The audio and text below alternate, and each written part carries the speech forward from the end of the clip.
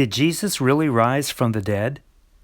According to Gary Habermas, virtually all scholars from across the ideological spectrum, from both believers to non-believers, agree that the following points concerning Jesus and Christianity are actual historical facts. 1. Jesus died by Roman crucifixion. 2. He was buried, most likely in a private tomb. 3. Soon afterwards, the disciples were discouraged, bereaved, and despondent, having lost hope. 4. Jesus' tomb was found empty soon after his interment. 5. The disciples had experiences that they believed were actual appearances of the risen Jesus. 6. Due to these experiences, the disciples' lives were thoroughly transformed. They were even willing to die for their belief. 7. The proclamation of the resurrection took place very early, from the beginning of church history. 8. The disciples' public testimony and preaching of the resurrection took place in the city of Jerusalem, where Jesus had been crucified and buried shortly before. 9. The gospel message centered on the preaching of the death and resurrection of Jesus. 10. Sunday was the primary day for gathering and worshiping. 11. James, the brother of Jesus and a skeptic before this time, was converted when he believed he also saw the risen Jesus. 12. Just a few years earlier, Saul of Tarsus, or Paul, became a Christian believer due to an experience that he also believed was an appearance of the risen Jesus. Jesus did not appear once to just one person. He appeared on a dozen separate occasions in a variety of settings to different people over a 40-day period. He was seen by men and women. He was seen walking, talking, and eating. He was seen inside and outside. He was seen by many and by a few. A total of more than 500 people saw this risen Jesus. And they were not seeing a hallucination or a ghost because, first, hallucinations are not experienced by groups but only by individuals. On 6 of the 12 appearances, Jesus was physically touched and/or he ate real food. The theory that the disciples stole Jesus' body cannot support the skeptic's final option, and that's that the New Testament writers were all deceived. Why? Because the theory makes the New Testament writers the deceivers, not the deceived ones. This, of course, flies in the face of all the evidence. The theory takes the untenable position that the New Testament writers were all liars. For some inexplicable reason, they stole the body in order to get themselves beaten, tortured, and martyred. Adherents to this theory cannot explain why anyone would do this. Why would the disciples embark on such a self-defeating conspiracy? And why did every one of them continue to say that Jesus had risen from the dead when they could have saved themselves by recanting that testimony? In addition to the disciples' severe conflict of interest, adherents of this theory cannot explain other absurdities required by their theory. For example, how did the disciples get past the elite Roman guards who were trained to guard the tomb with their lives? If Jesus never rose from the dead, then who appeared to Paul, James, and the other eyewitnesses? Did the New Testament writers lie about their conversions too? Did Paul simply make up the evidence found in 1 Corinthians? And what about the non-Christian writers? Like Josephus, did he lie about James being martyred by the Sanhedrin? Did the Roman writer Phlegon, who was born around 80 A.D., lie as well when he wrote in his chronicles, quote, Jesus, while alive, was of no assistance to himself, but that he arose after death and exhibited the marks of his punishment and showed how his hands had been pierced by nails. Unquote.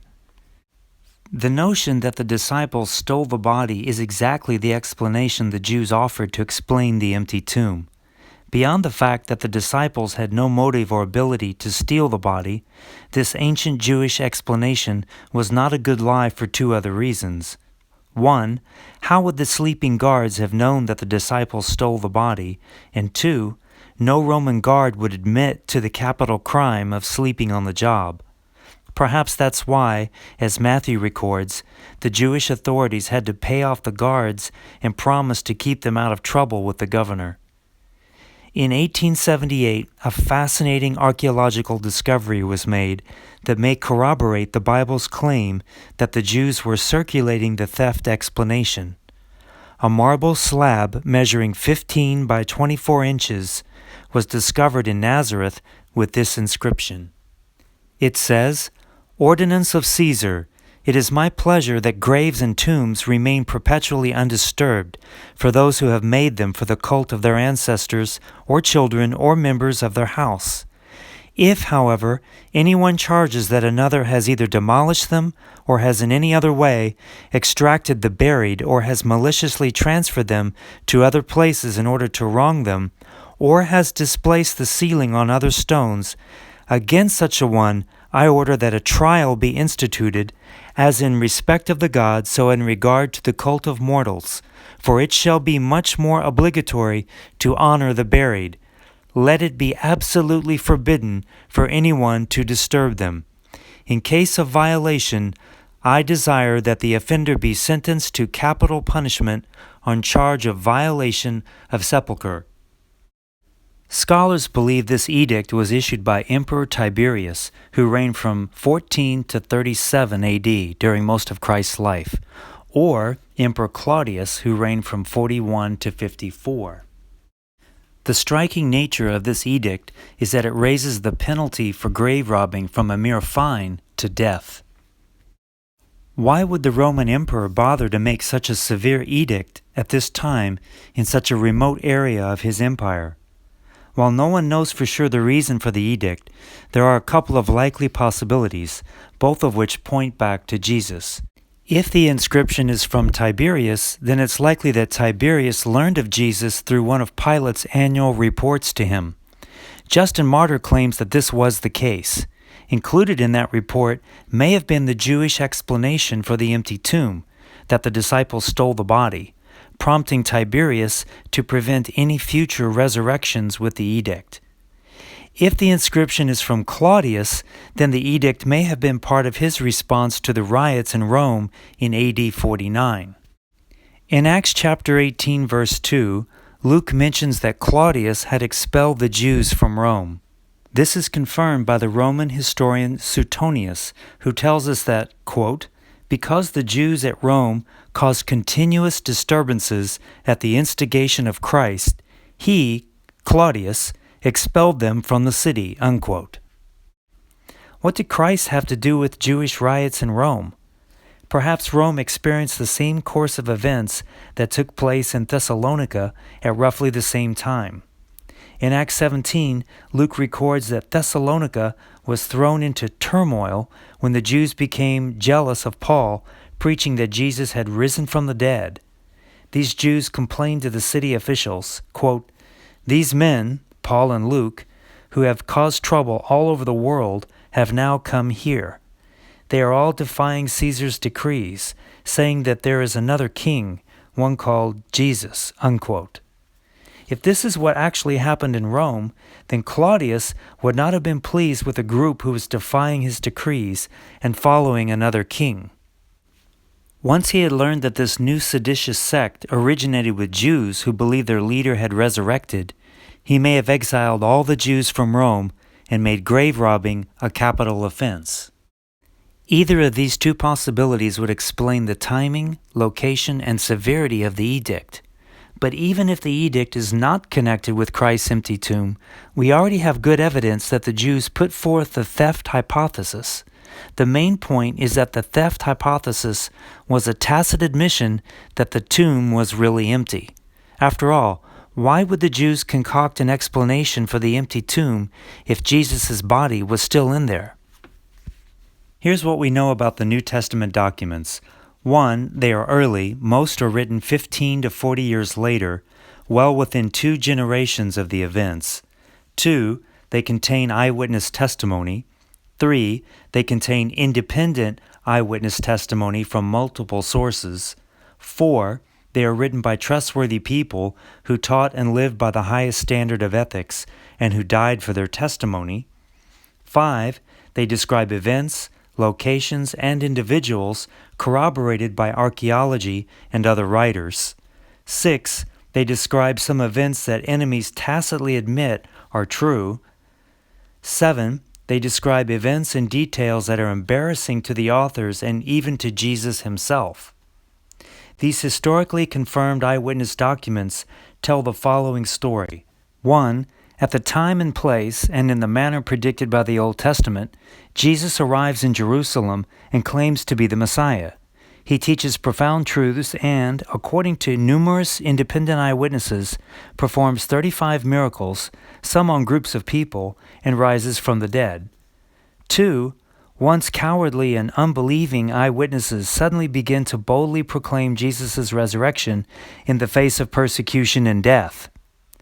Misguided people may die for a lie they think is true, but they will not die for a lie they know is a lie. The New Testament writers were in a position to know the real truth about the resurrection. 3. In the very city of Jesus' death and tomb, a new movement, the Church, is born and quickly spreads by peaceful means on the belief that Jesus has risen from the dead. This is difficult to explain if there was no resurrection. How could Christianity begin in a hostile city like Jerusalem if Jesus' body was still in the tomb? The hostile religious and government authorities would have exposed Christianity as fraudulent by exposing the body. 4. Thousands of Jerusalem Jews, including Pharisee priests, abandon 5 of their most treasured beliefs and practices and adopt strange new ones after converting to Christianity. 5. Saul, the most ardent enemy of the new church, is suddenly converted and becomes its most prolific proponent. He travels the ancient world to proclaim the resurrection, suffering persecution and martyrdom. If there was no resurrection, then why did the greatest enemy of Christianity suddenly become its greatest leader? Why did he willingly suffer persecution and death? 6. James, the skeptical brother of Jesus, suddenly becomes convinced that his brother is the Son of God, and then becomes the leader of the church in Jerusalem. He later suffers martyrdom at the hands of the high priest. We all know that family members can be the most difficult people to convince to our religious viewpoint. James began as the unconvinced brother of Jesus. If there was no resurrection, then why did James, who was called the Just by 2nd century historians Clemente and Hegesippus, suddenly come to believe that his brother really was the Messiah? Unless he saw the resurrected Christ, why would James become the leader of the church in Jerusalem and suffer a martyr's death? 7. The Jewish enemies of Christianity don't deny the evidence, but rather offer faulty naturalistic explanations to account for it. The Jewish Talmud, which admits that Jesus performed unusual acts by saying that he, quote, practiced sorcery, unquote, but this explanation is just as weak as the Jewish explanation for the resurrection, which was that the disciples stole the body. Perhaps sorcery could explain some of Jesus' miracles, but all 35? Sorcerers and magicians cannot perform the kinds of acts that Jesus is said to have performed, raising the dead, giving sight to the blind, walking on water, and so forth. So if there's no ancient evidence for deception, are we to take the New Testament miracles at face value? Why not? We live in a theistic universe where miracles are possible, and while it's true that we don't have independent attestation for all of the miracles in the New Testament, because some are mentioned by only one writer, we certainly have multiple attestation for many of them, including the resurrection.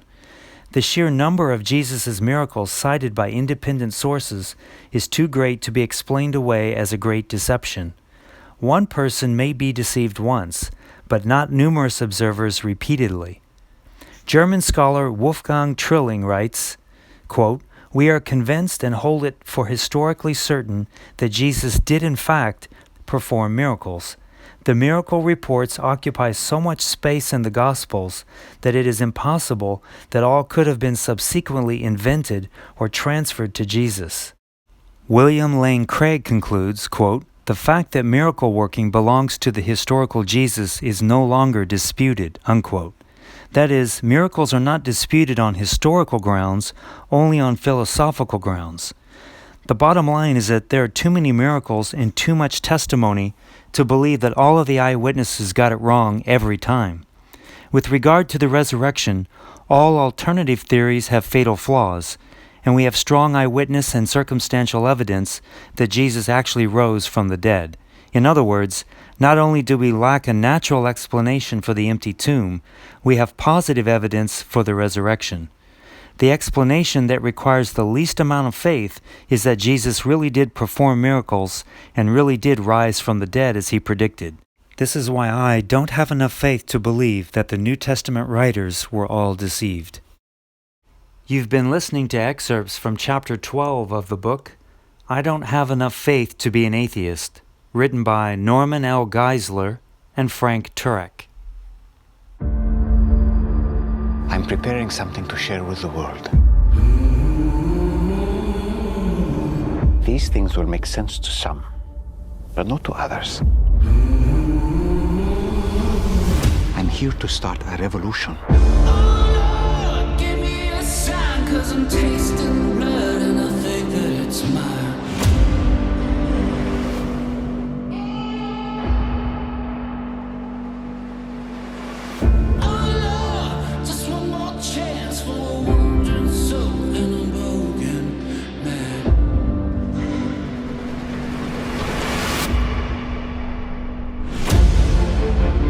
His care is for women, for the vulnerable. Blasphemy is not harmless. Well, the Pharisees were pretty upset. Sometimes you gotta stir up the water. They're martyrs with a persecution complex. I want to kill him. Do you want to be healed?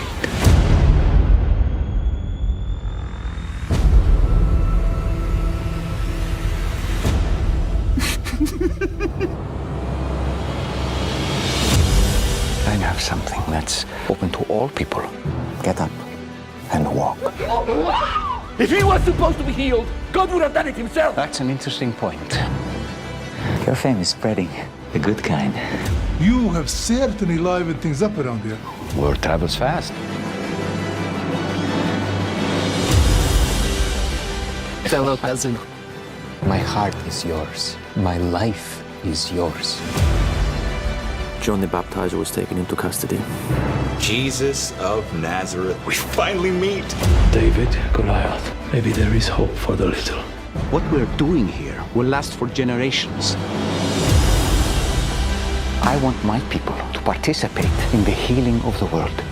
I do not feel very much worthy. Who's worthy of anything? You? The one comfort we have is to know that we're doing it together.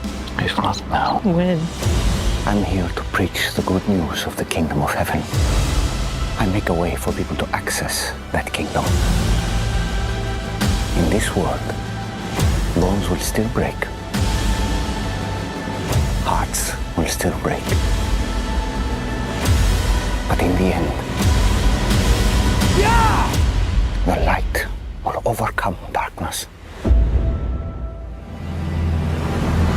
Hey there, it's Dallas. I'm the creator of The Chosen, and if you haven't seen Season 1, or if you want to see Season 2, you gotta get The Chosen app. It's free, it's easy, it connects directly to your streaming device. You don't even need a subscription. Go check it out.